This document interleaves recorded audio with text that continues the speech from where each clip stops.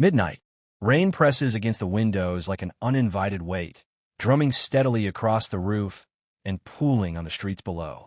Elijah Carter, 39, sits alone on his threadbare couch, the glow of the television flickering across the room, when a knock breaks through the quiet. Sharp, insistent, desperate. His heart jumps. He hesitates, calculating what could go wrong if he opens the door, yet knowing something inside tells him he cannot ignore it. When he finally turns the lock, Claire Whitman appears, soaked, shaking, and pushes a small girl forward.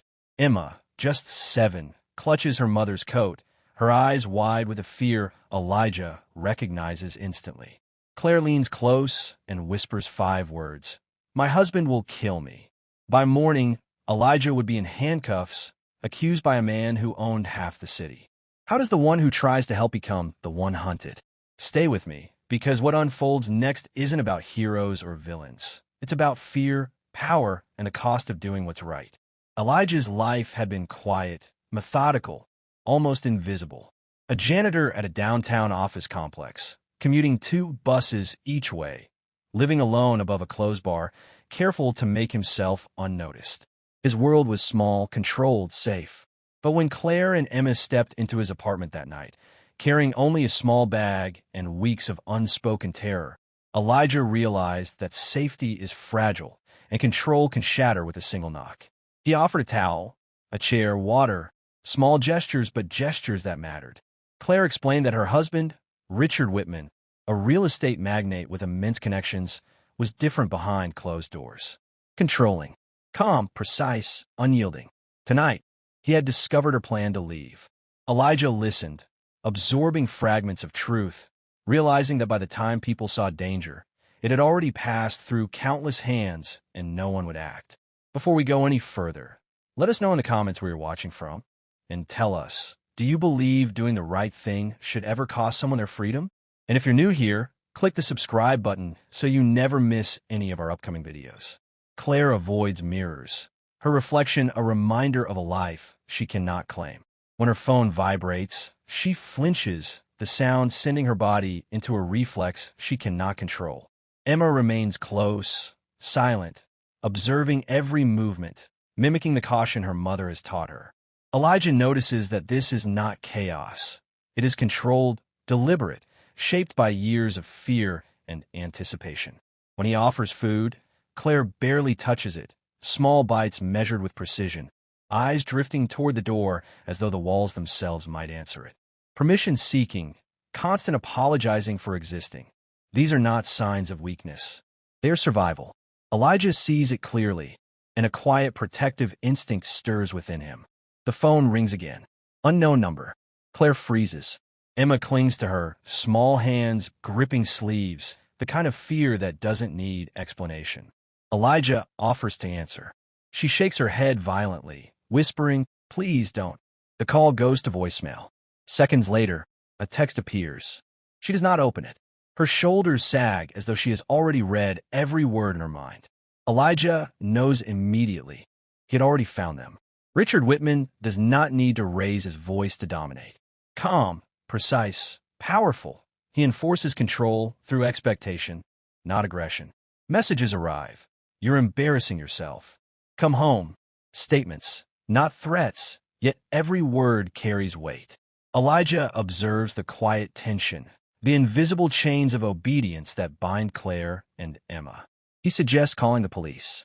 Claire panics, explaining that reports have been ignored, restraining orders disappeared, and the system bends toward influence and money. Elijah realizes in that moment that power doesn't need violence. It merely needs to be believable, consistent, untouchable. By morning, a black SUV idles outside. Engine silent, presence deliberate. No knock, no announcement. Just waiting. A reminder that fear can be administered without words. Short sentence. Pause. He smiled. Elijah understands the stakes now. This is the man they feared, and this is the control they never escaped. When the police arrive, it is not to protect but to accuse. Elijah is questioned while Claire is silenced, guided out of the room as though her voice might spoil a carefully constructed story.